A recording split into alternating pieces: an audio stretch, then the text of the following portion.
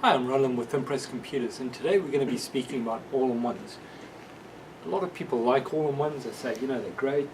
I don't have a lot of cables. I don't have a lot of space that it takes up. But there's a few problems. This is an HP. It's about 18 months old. It only had a 1-year warranty, and the warranty expired in March of this year.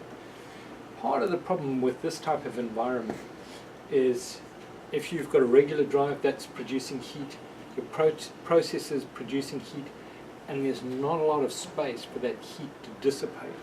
So these things tend to generate a lot of heat, and heat leads to electronic failure.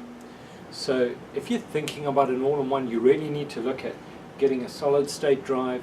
You want one that's got a 3-year warranty, not a 1-year warranty. You're going to pay a little bit extra, but it's going to save you in the long run.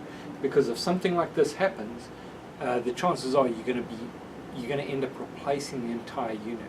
So as a rule, we generally don't recommend going with all-in-ones, but if you do have to have one, come and speak to us first before you go ahead and make a purchase. That means that you're going to be buying a new computer 18 months down the road. I'm Roland with Cypress Computers. Give us a call, 281-647-9977.